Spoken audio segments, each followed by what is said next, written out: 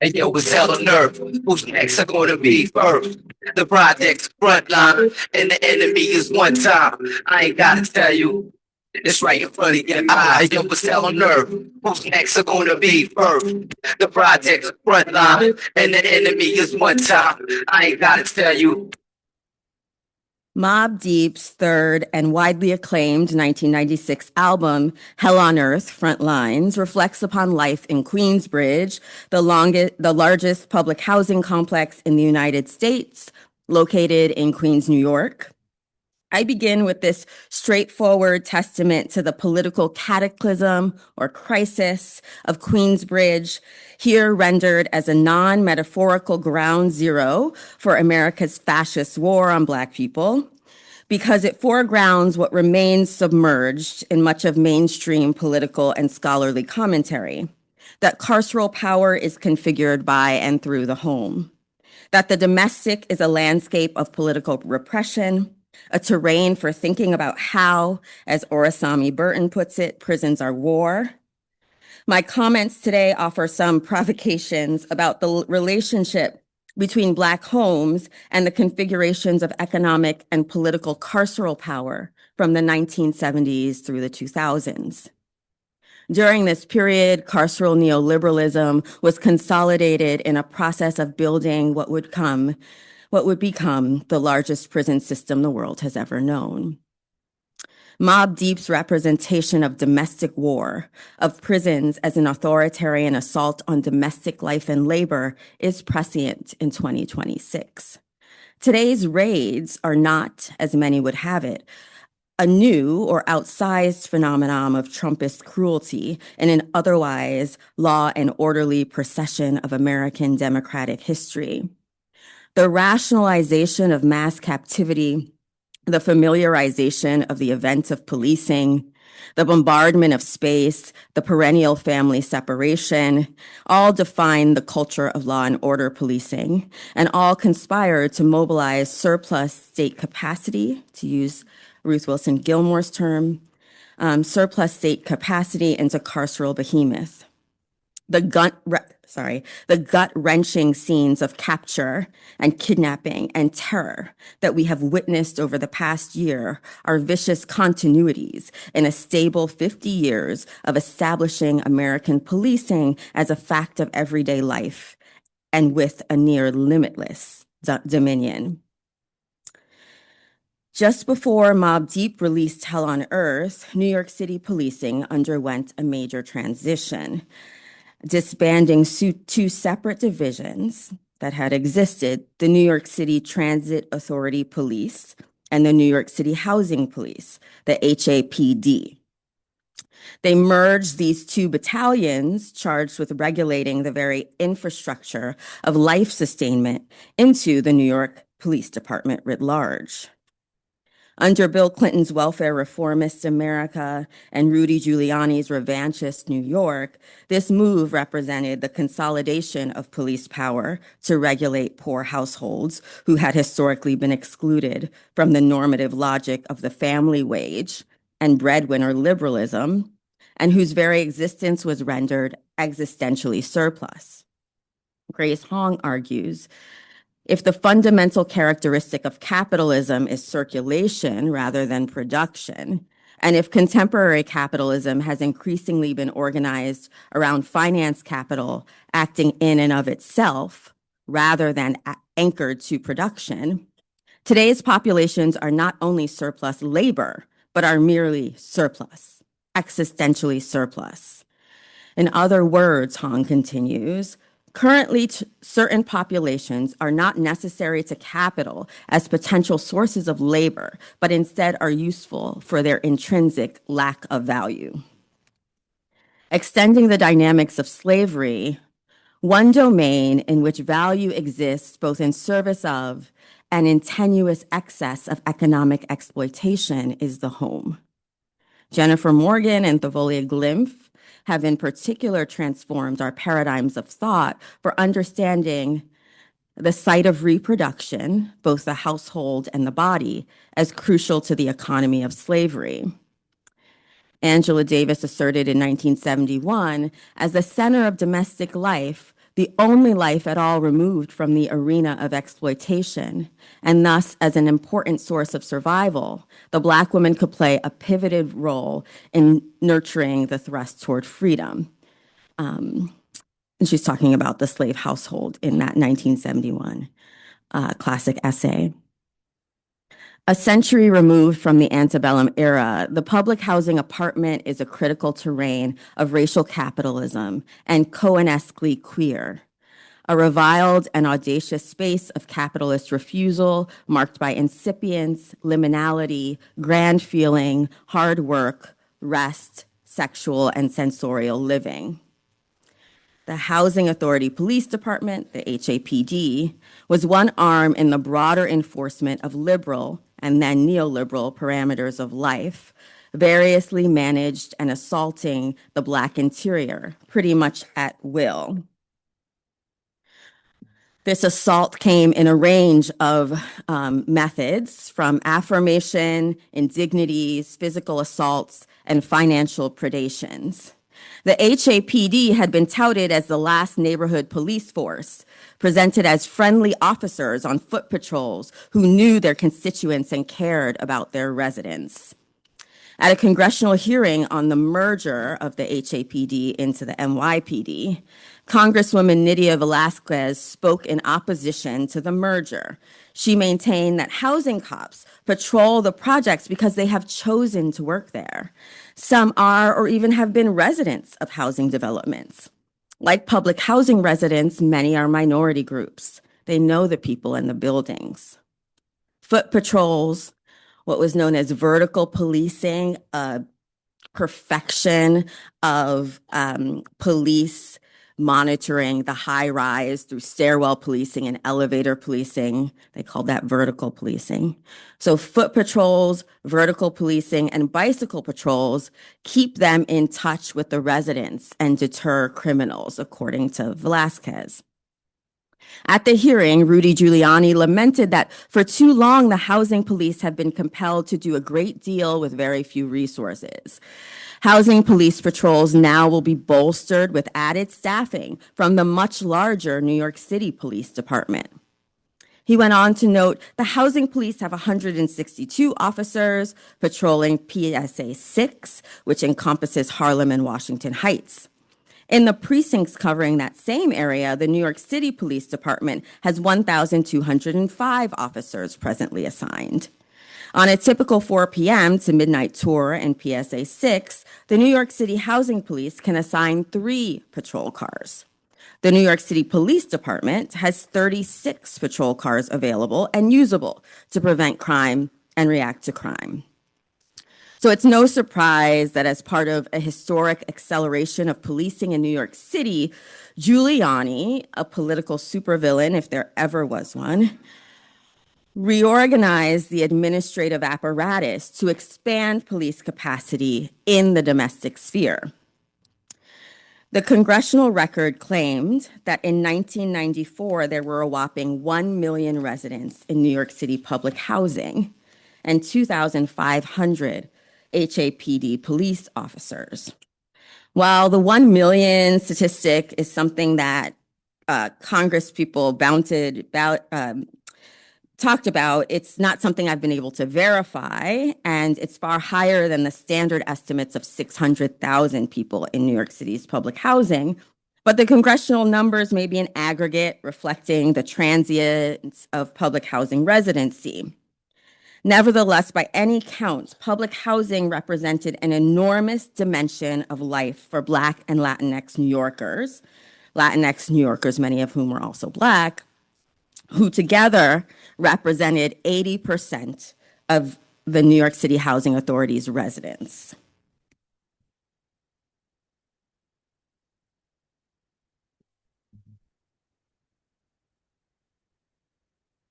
If, as Ruth Wilson Gilmore has established, the carceral state is a fix for late capitalist surpluses of land, labor, state capacity, and finance capital, policing is the extraction of raw material, a mode of primitive accumulation, or to follow David Harvey, dispossessive accumulation, stabilizing and producing value for the carceral state.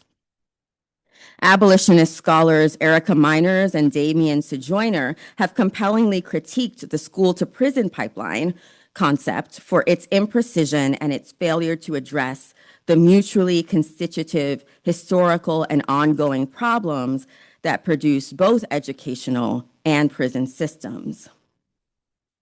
And scholars Jay Holder and his co-authors of a study represented here, social scientists, have coined the term public housing to prison pipeline.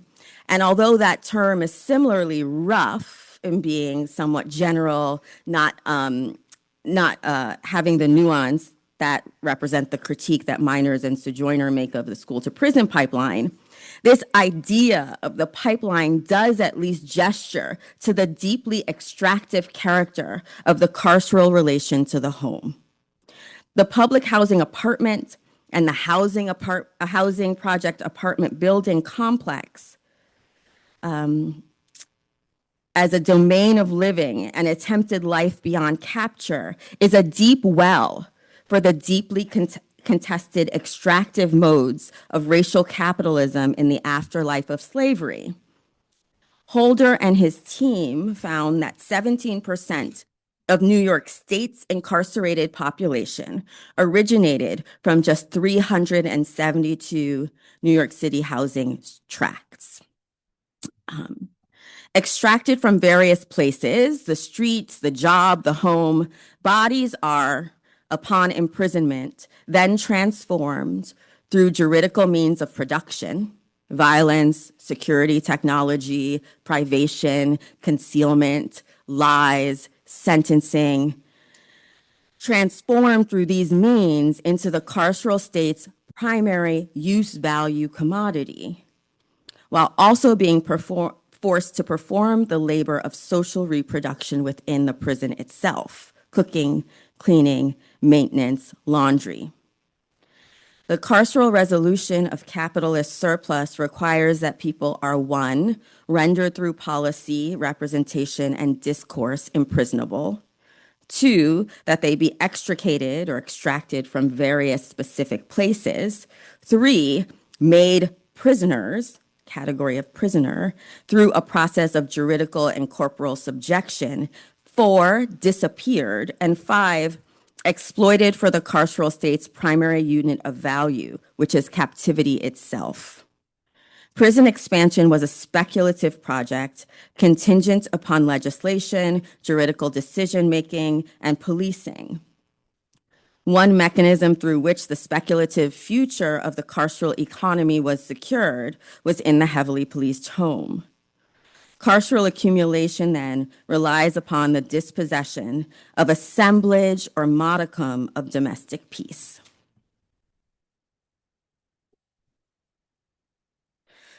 As renowned Marxist feminist Leopoldina Fortunati argues, the real difference between production and reproduction is not that of value/non-value, value versus non-value, but that while production both is and appears as the creation of value, reproduction is the creation of value but appears otherwise.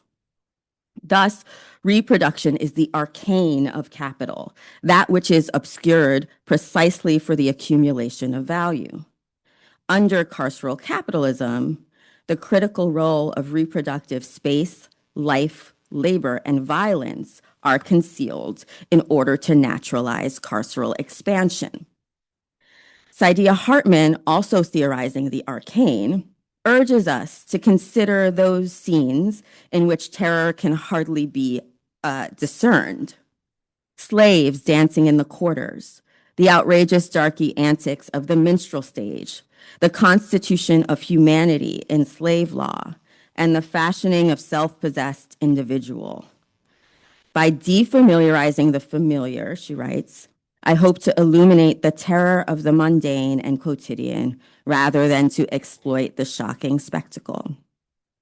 While this talk does not skirt the spectacular scene of violence, unfortunately, I do begin with the urgent quotidian.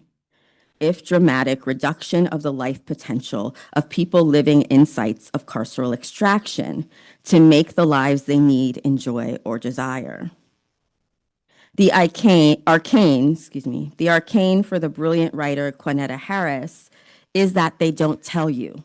She writes, they don't tell you that your body becomes currency in prison, that your dignity has an exchange rate where freedom is the prize, and those holding the keys know exactly how to manipulate a parent's desperation to see their children again.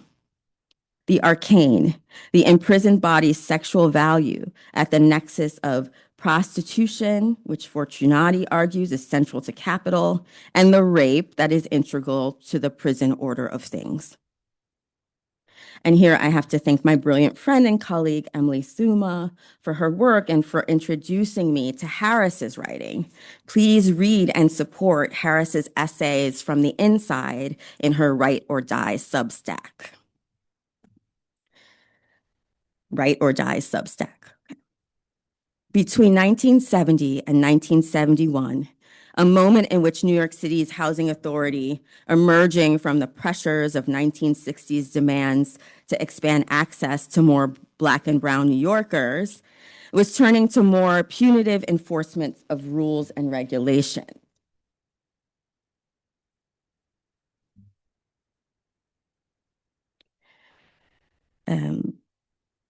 The HAPD added 200 new officers between 70 and 71, established a special narcotics squad and issued 7,973 arrests and 17,651 summonses.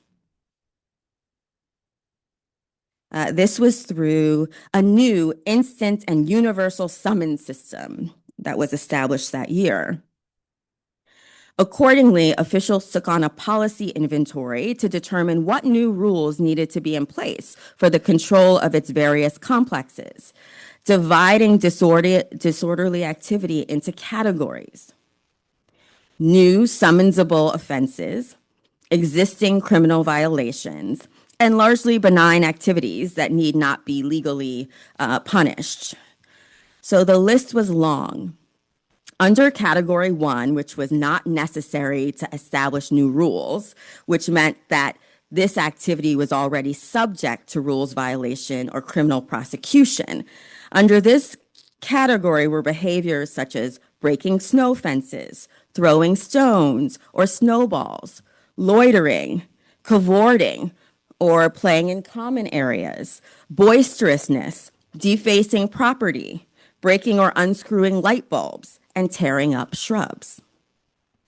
Many of these activities, the authority noted, did not need a necessary revision of the rules because they were already criminalized under criminal mischief laws.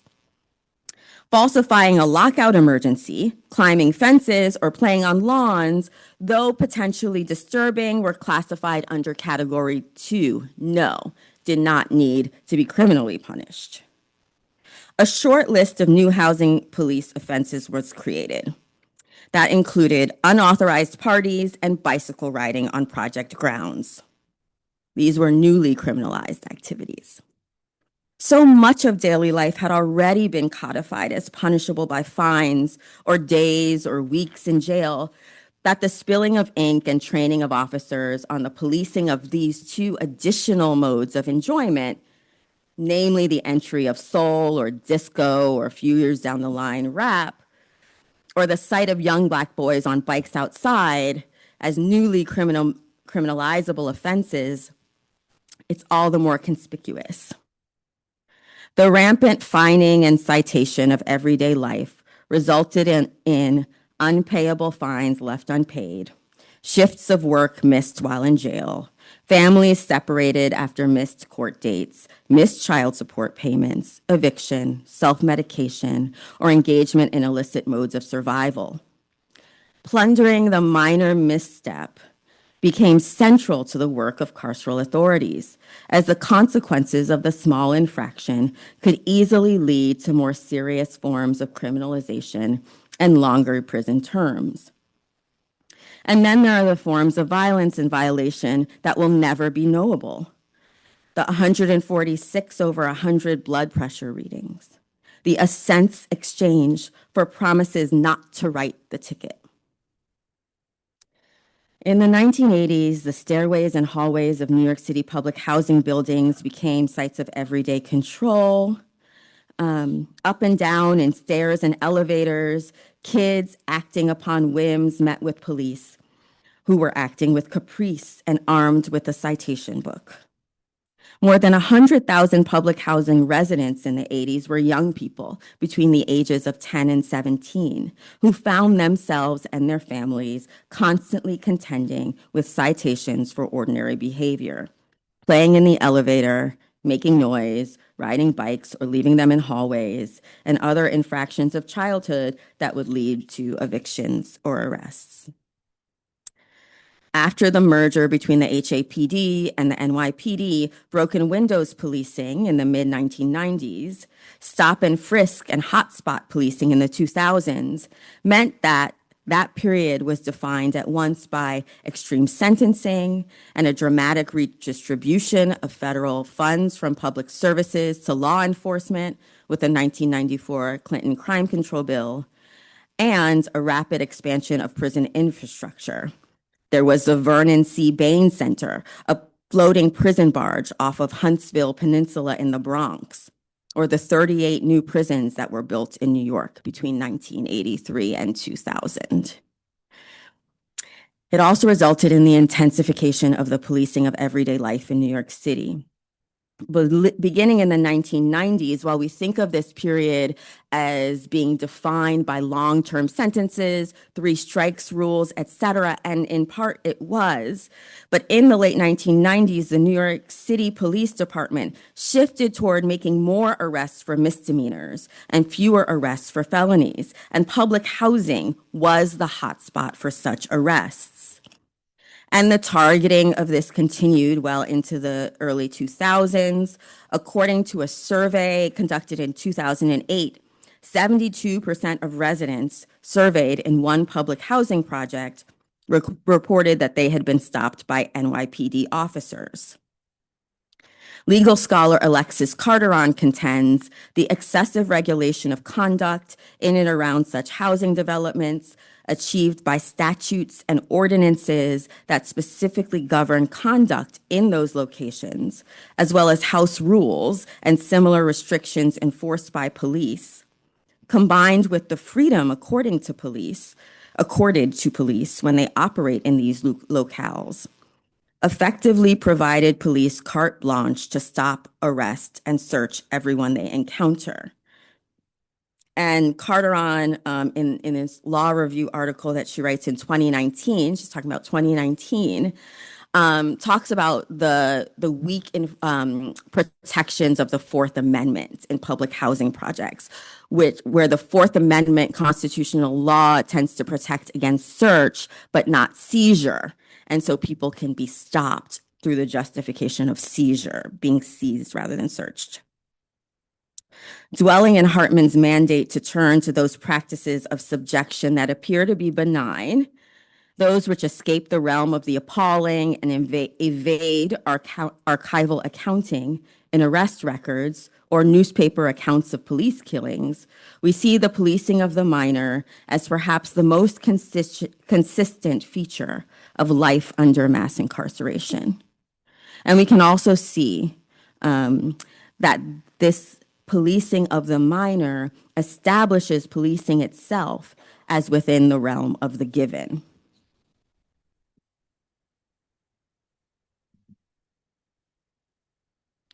Even still, under the current fascist regime, they are coming for our interiors. The first thing they did was send Black women home. Just like in Paradise, shooting the first woman clarified it like butter, the pure oil of hatred on top, its hardness stabilized below. The escalated phase of the Trumpist fascist order began with the expulsion of Black women from public sector jobs. This expulsion was the clearing ground for the continued investment in carceral infrastructure and the transfer of $85 billion in ICE enforcement and detention. Between February and July 2025, Black women lost 319,000 jobs in an economy in which they were overrepresented in the public sector. When Trump took office, Black women made up 12% of the federal workforce, nearly double their share of the labor overall in the public sphere. This signaled a decisive end to the incorporative mode of power. Black women, as Hortense Spillers taught us, have been plundered as resources in the national treasury of his rhetorical wealth, and public narratives of Black women as emasculating mothers and welfare queens provided cover for the upward transfers of wealth over the past 6 decades. And as we also know, the significations of Black women as successful and agential, as empowered leaders on the global stage was one of the main features of liberal multiculturalism between the 1970s and the early aughts. After the global insurgency of the late 1960s, members of the liberal conservative intellectual elite posited that the excess of democracy that social movements had unleashed had dampened U.S. public approval for defense and had led to demands for spending on public services, demands that were caricatured by narratives of deviant Black women. The answer was the incorporation of Black people into various sectors of public life, including police forces and welfare agencies. When the mode of power in the wake of the 1960s interruption of the global capitalist system was not to discipline and punish, but to represent and affirm.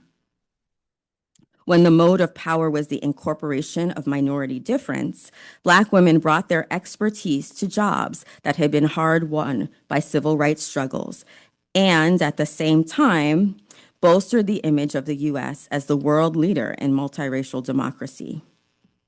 2025's mass firings, taking place as they did under the banner of anti-diversity, anti-woke house cleaning, and in the name of efficiency, were the exclamation points on the denouement of neoliberal multiculturalism that began more than a decade ago. The fascist turn was a retaliation for the meager wins of civil rights and a refusal of power's incorporative mode, a mode whose limits we already understood quite well. It was and continues to be an assault on a multi-generational struggle for economic civil rights, which is not only about access to jobs, but access to work that would, at least nominally, at least sometimes, offset the worst vagaries of late capitalism. Black women were central to the struggle over the right to public employment at both the state and federal level. For example, both the National Alliance and the National American Labor Council, 2 of 9 unions representing postal workers in the 1960s, lobbied for the passage of the 1961 executive order, which banned discrimination in federal employment and contracting. By the 1960s, postal work was a major industry for Black women. In 1966, the Union Mail, the monthly newspaper of the militant industrial Manhattan Bronx Postal Union, noted that Black women were comprising the largest portion of women coming into the post office, fleeing the treatment they had received in domestic service.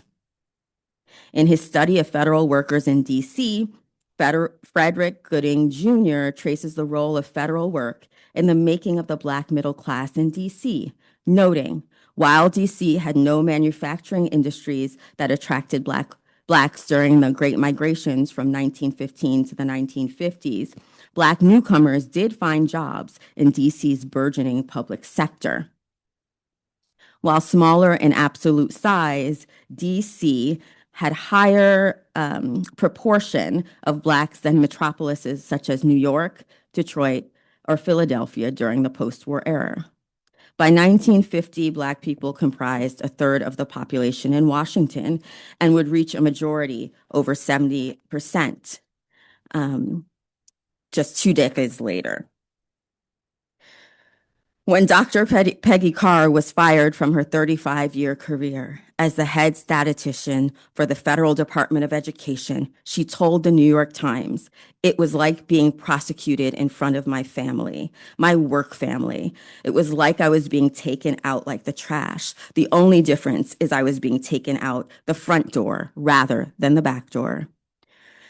To be sent home was to be made to feel prosecuted, not persecuted in the general sense, but prosecuted in the specific way that Blackness is relegated, disposable, and invisible under the carceral domain of public and private life.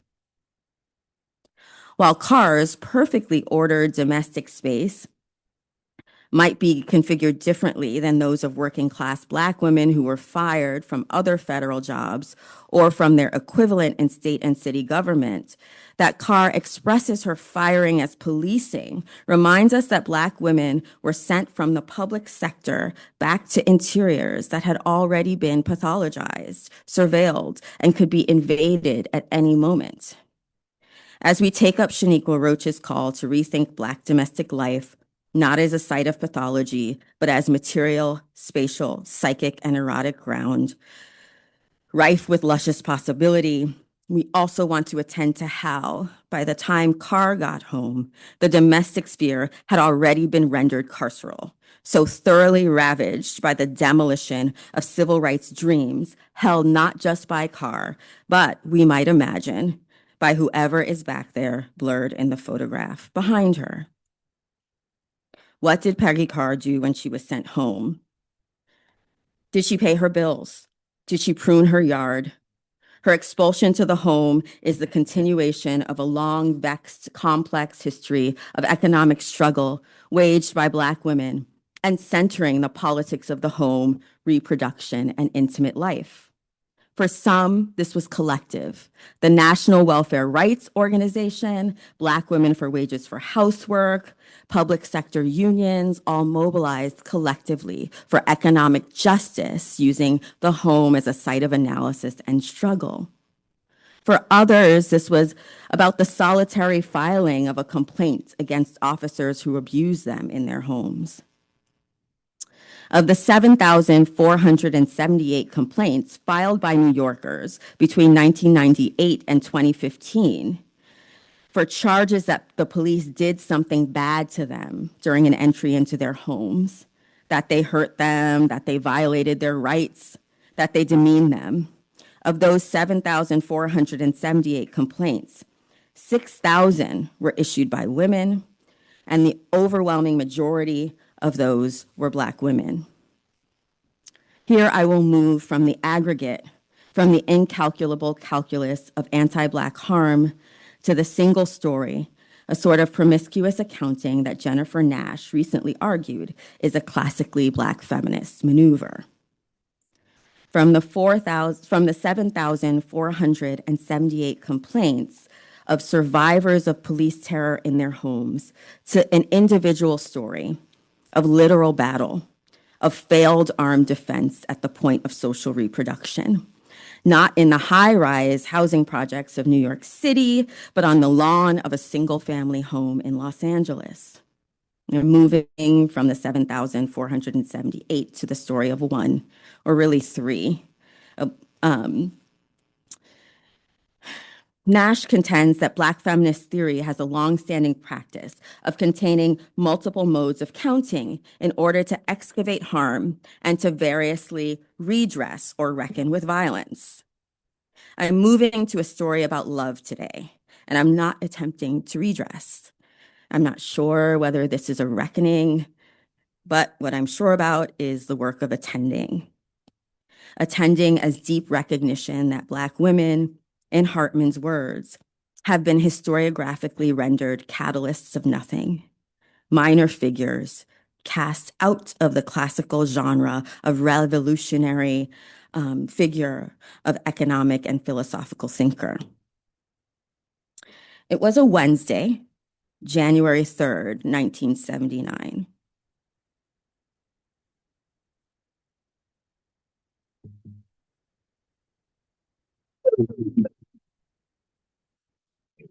Are valid. Don't live. Love don't live here anymore.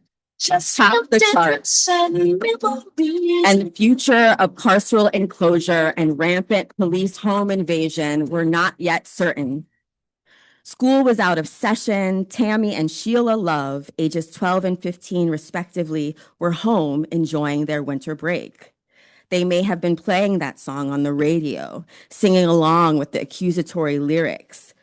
Just a vacancy. Love don't live here anymore.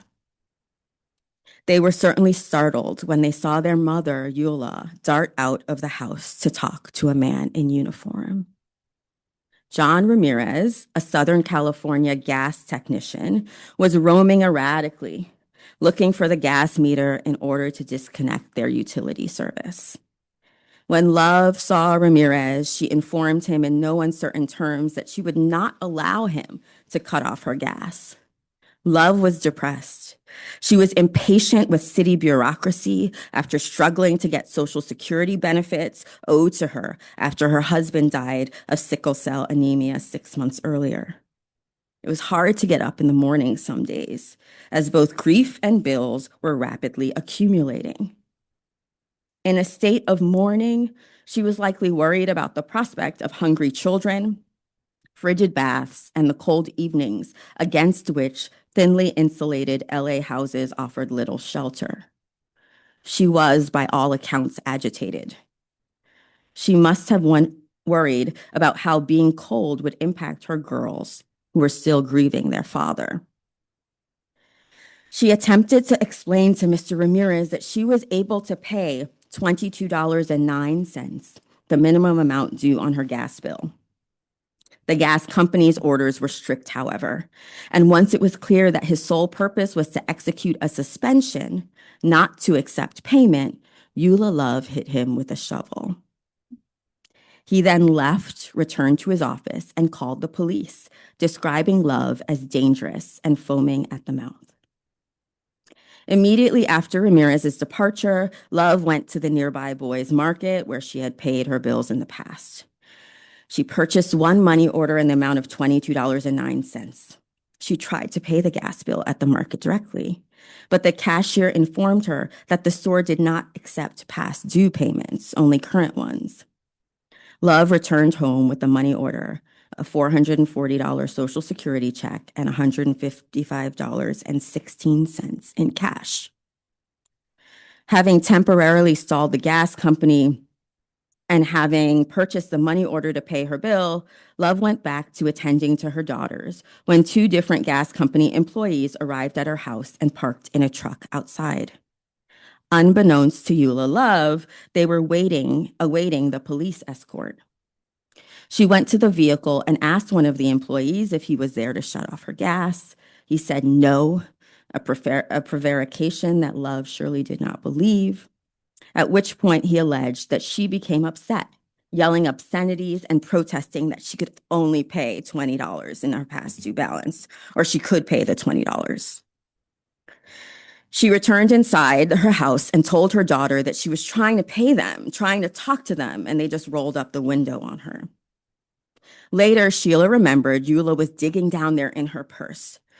She came back and told me they didn't want the money. After a few minutes, Eula Love went back outside and by some accounts began pruning one of her trees. Gardening was her solitary but rewarding pleasure.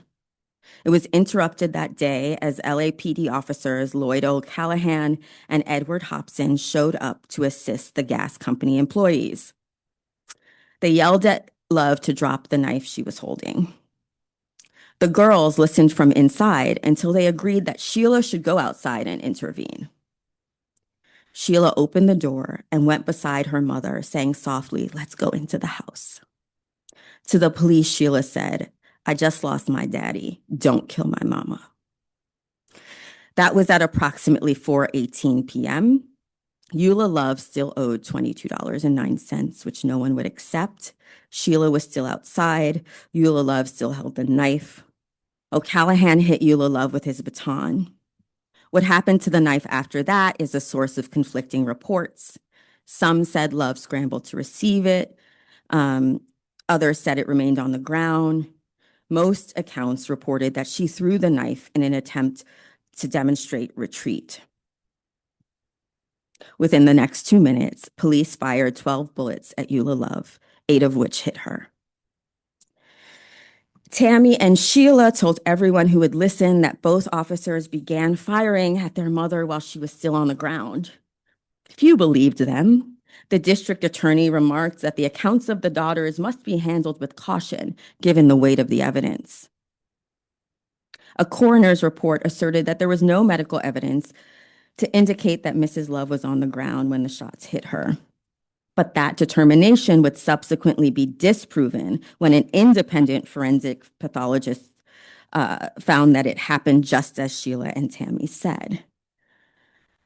That the gunshot wounds were inflicted when Mrs. Love was on the ground. There was a pattern of shots fired consistent with the officers following a moving target down.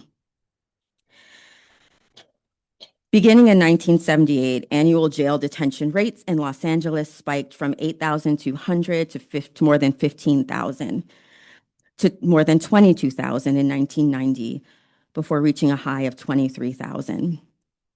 At its lowest point in the 1990s, the Black jail detention rate was still higher than all other groups combined. For women, the rate of jail detention rose dramatically between 1978 and 1926, from 27% to 78%. The California state prisoner population grew nearly 500% between 1982 and 2000, even though the crime rate had peaked in 1980. Since 1984, California completed the construction of 23 new prisons. As dramatic as the numbers are, they cannot reflect the experience of Black social life under the boot of the LAPD, as they do not convey the rituals of humiliation and intrusion that characterized police practice and which took place in Black homes. The numbers also do not account for the many police encounters that did not result in murder, as Mrs. Love's did, that did not result in arrest or jail detention, that evade archival accounting. Eula Love was an emblem of neoliberal castigation of state-dependent minorities and the financially disobedient subject. In a matter of hours, a series of speculations would erupt on Love's lawn, a gendered border of domesticity, disaster, and capitalism between the ostensibly private home and the ostensibly public street. Would the boys' market allow her to pay the past due gas bill? Were the gas company agents there to shut off her gas? Should Sheila Love go to the front yard and try to save her mother? Would Sheila's whispers be enough to prevent police violence? Would the police be prosecuted for each bombarding Love's body with 6 rounds of bullets in rapid fire sequence? The stated reason for unloading 12 shots was that she posed a danger to her children. The officers stated that they were afraid that Love would enter the dwelling and injure her children inside. Of course, witnesses said that Tammy's terror was directed solely at the police, who ultimately orphaned her. She was seen running all over, screaming and hollering and crying after they killed her mother. The absurd claim of concern was also belied by the fact that the police never tried to have either daughter leave the zone of danger while firing the shots. Any one of the bullets could have hit Tammy or Sheila. Witnesses observed that Edward Hobson, the Black officer, went over to Mrs. Love's dead body and handcuffed her hands behind her back. It was Hobson who threatened to strike Tammy with his baton when she tried to get close to her mother's lifeless body. She kept saying, "They shot my mama," over and over in disbelief, surrounded by the plants that her mother had worked so hard to keep alive. Tammy was, to follow Sarah Jane Cervenak and J. Cameron Carter, ensconced in racial, gendered, and ecological enclosure violently laid bare. Love's lawn and garden, a site of care, respite, and familiar pleasure, was represented as treacherous, completely outside of the normative narratives that valorize the sanctity of one's relationship to private property and private familial space. Eula symbolized Black women's parasitic threat to the economic security and morality of the nation. In this moment of ascendant neoliberalism, the Black family was presented as a unit antagonistic to capitalism, economically disorderly, and in need of direct scrutiny from police and from retailers who sold consumer appliances and other goods in Black urban communities and tended to collect payments door to door every week with a spiraling debt burden. Black communities were seen as disobedient financial subjects. In that regard, Black women were particularly recalcitrant. The news of Eula Love's death came in just as Police Chief Daryl Gates was enjoying the dinner that would sustain him before another shift of work. Although he never saw her, Gates described Love as frightening to behold. 175 pounds, snarling, screaming invective, menacing the police with an 11-inch knife. LA's top cop bemoaned the relentless newspaper stories that played up the facts selectively and turned a mentally unstable woman's death into a nightmare that continued to haunt the LAPD. He continued that upon hearing of the shooting, the community had already convicted the officers. Next, he said, would come the lynching. Love haunted carceral political economy of home financing. The police dispatcher asked for backup assistance and instructed officers O'Hallahan and Hobson to meet the gas man to handle a business dispute. Eula Love was unsettling the smooth operation of private business to punish delinquency with domestic privation. In an era in which credit scoring was becoming increasingly prevalent as a system of establishing economic worthiness, the state-enforced regulation of Eula Love conveyed neoliberal values of liberating corporations from impediments to capital accumulation. The $22.09 minimum payment was one such fetter. Only 2 minutes and 27 seconds elapsed between the time of Hobson and O'Hallahan's arrival and Love's death. Love's lawn was a panorama of the austere, which produced her body as an irrational, excessive financial miscreant, the source of her own deprivation and her own demise. She was portrayed as fraudulent and extractive, rather than in a desperate struggle to convince anyone that she would pay, that she could pay, that she was determined to care for her family.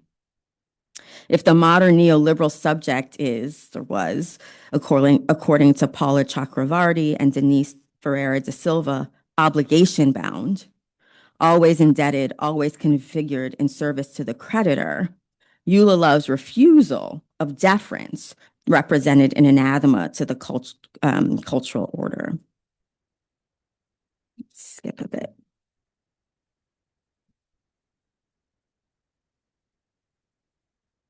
On Love's body were etched the racial and gendered contradictions of neoliberalism, along with the impending mass carceral restructuring of economic, social, and political life.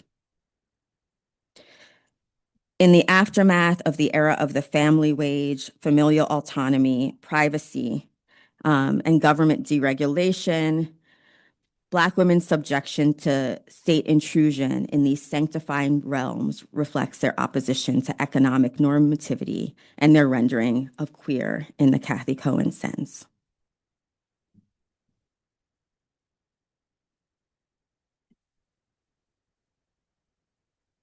Outraged LA residents protested with traditional rallies and performances of Love's value and protests against state barbarism. In the preparation for this silent funeral protest at LAPD headquarters against Love's killing, every button fastened and strand of hair coiffed was preparation to refute the brutal calculus of police terror. Once there, each admonishment to shh, every flower held, every moment of stoicism maintained a reflection of Love as a valuable sister and historical catalyst. In the funeral were their bodies together, the texts of their insurgency, to borrow from Hartman. Residents wrote to Los Angeles' first Black mayor, Tom Bradley, lambasting the murder. They wrote, "I thought the courts handled unpaid bills, not policemen. You must," they demanded, "institute a law providing that police shall not interfere in any and all matters involving the collection of debts." Young girls from Audubon Junior High School in LA's predominantly Black section of Leimert Park sent letters to Mayor Bradley, and they were instructed to do so by their teacher.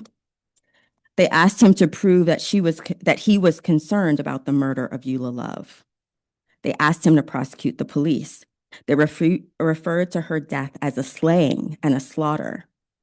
One ninth grade student, Margot Willis, ended her letter with a series of questions. What will it be like when I grow up? Will I get shot for not paying a bill on time? What will it be like after my generation?